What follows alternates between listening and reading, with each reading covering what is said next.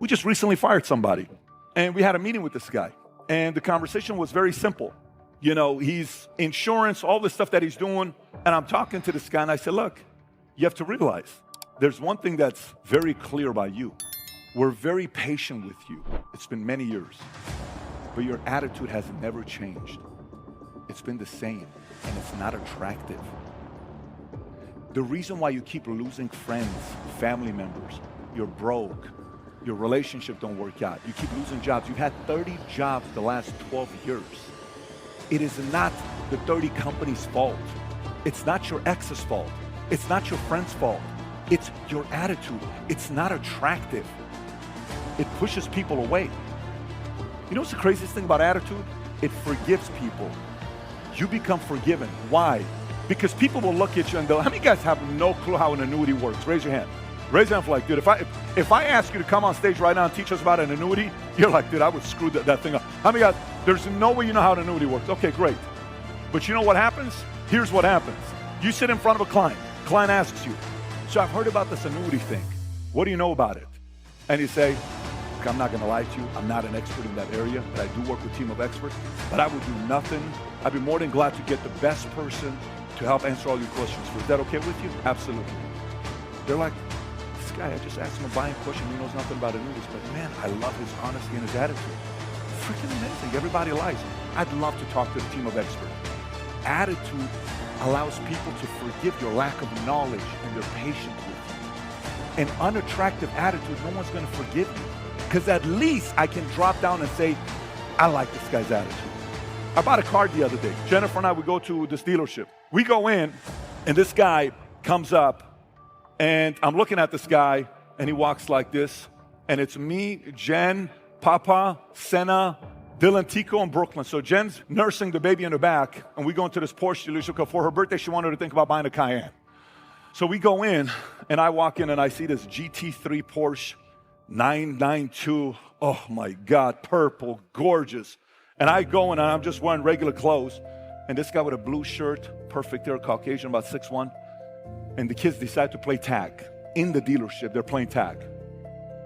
Are these your kids? Yes. Can you tell me how much this Porsche is right here? Are these your kids? How much is this Porsche? It says $224,000 on the ticket. Yes, but you have to add another $125 because it's a limited edition car. I said, can I get a key to sit inside of it to see if I fit? I don't have the keys, our powers are down. I said, oh, sir, can you please tell your kids to calm down, please?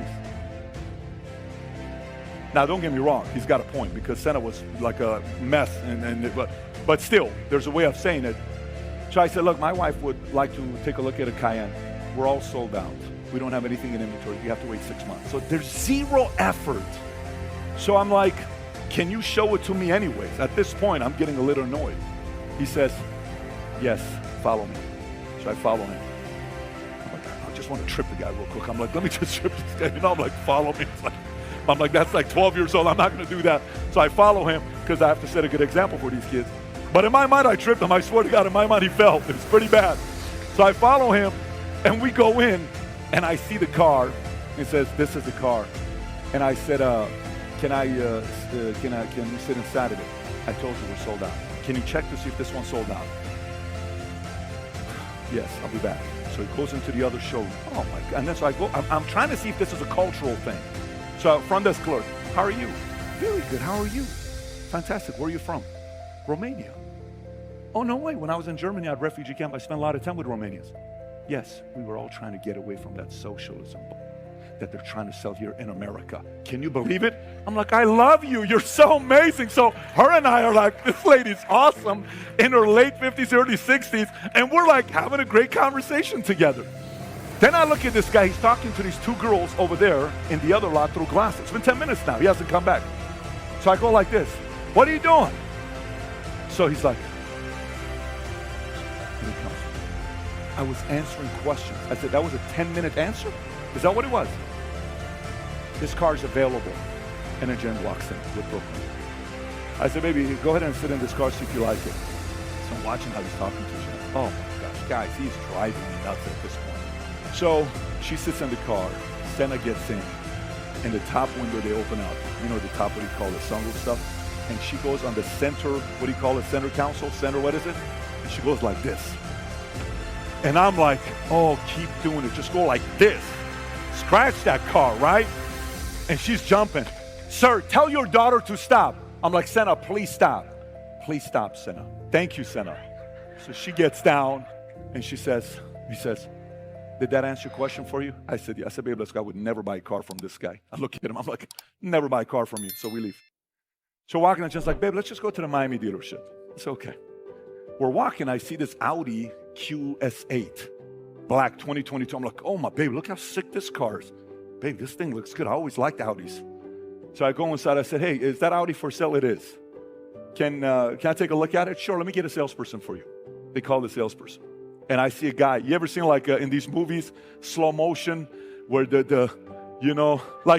that movie? Couples Retreat, where the guy comes up, what's his name? Do it. Come on. You know what I'm talking about, right? So this guy shows up and he's walking. He walks like this. Hey, papi, how can I help you? Right? I'm like, papi, where are you from? Puerto Rico. I said, okay. How big's your family? I got 4 kids. I said, is this thing for sale? Yeah. Mommy, you want to drive it? So now he's talking to Jen. Yeah. Mommy, come with me. Let's go. Let me see your ID. So he's calling me papi. He's calling her mommy. He gets the key. He says, let me just see your license. He gets the license. Here's the key. Just go for it. I says, you're not going to come with me? No, take the car.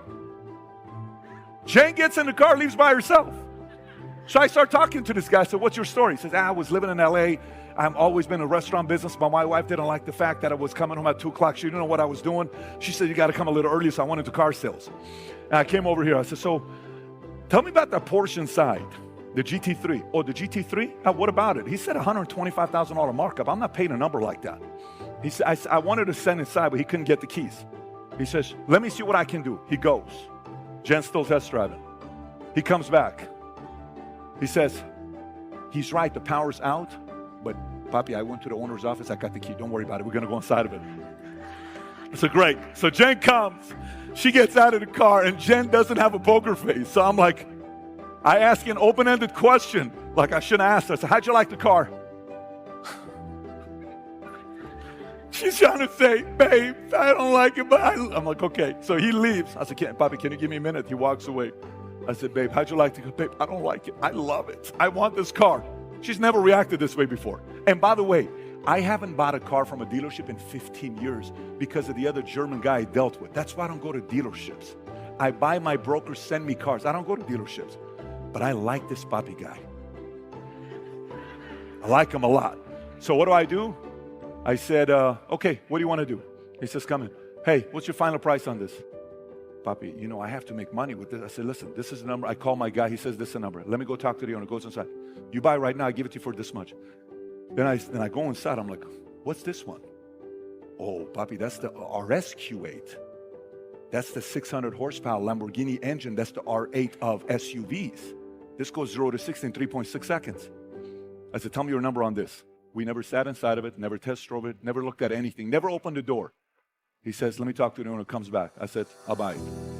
He looks at me, he's like, you don't want to think about it? No, I'll buy it. Okay, papi, let's go. So I'm following him. I said, but I got 5 minutes. No problem, papi. Just come and sign this stuff. So I go to him. I sign the stuff. I leave. And I sit in the GT3 car, freaking amazing. Because I barely fit in this SF90. So I fit in this car, ridiculous. So we leave. The next day, he calls me because he's got to bring the car. I said, I don't want you to bring the car without a bow. He says, no problem. So he's on his way. I text him, did you get the bow? Oh, papi, I forgot. Let me see what I can do. He texts me back. I called everywhere. They don't have a bow. I said, in 2 minutes, you called everywhere? So I called him. I said, don't bring the car. I said, first of all, your customer service there sucks. And I had a moment. He says, papi, what do you mean sucks? I did everything for you. Tell me why it sucks. Everything you've asked me, I've done for you. I said, don't bring the car without a bow. Okay, papi, let me see what I can do. Okay, hangs up. Text me 5 minutes later, I found the biggest white bow, I'm bringing it. I said, great. So the car shows up with the bow. Now he's confused. He's like, why is this guy upset at me? I did everything for the guy. So he comes in the house. He says, hey, papi, can I ask you a question? Yeah. Why did you say my customer service sucks?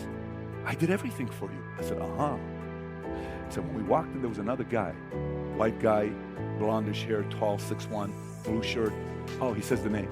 He says, yeah. I said, that guy didn't help us out. He was disrespectful. I didn't like it. And the customer service sucked. And that's why I said the reputation sucks at this place. He says, Bobby, that's how he is. That would make sense. So why does it make sense?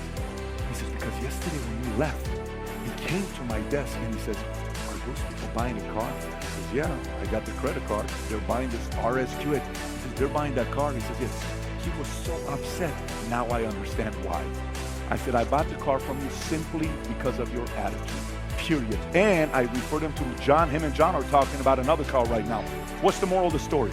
Same dealership, same company, same car, same city, same location, same customer, two different attitudes. One guy made $5,000 commission, the other guy didn't make the commission. Why? Attitude. It's such a basic thing that we all can work on.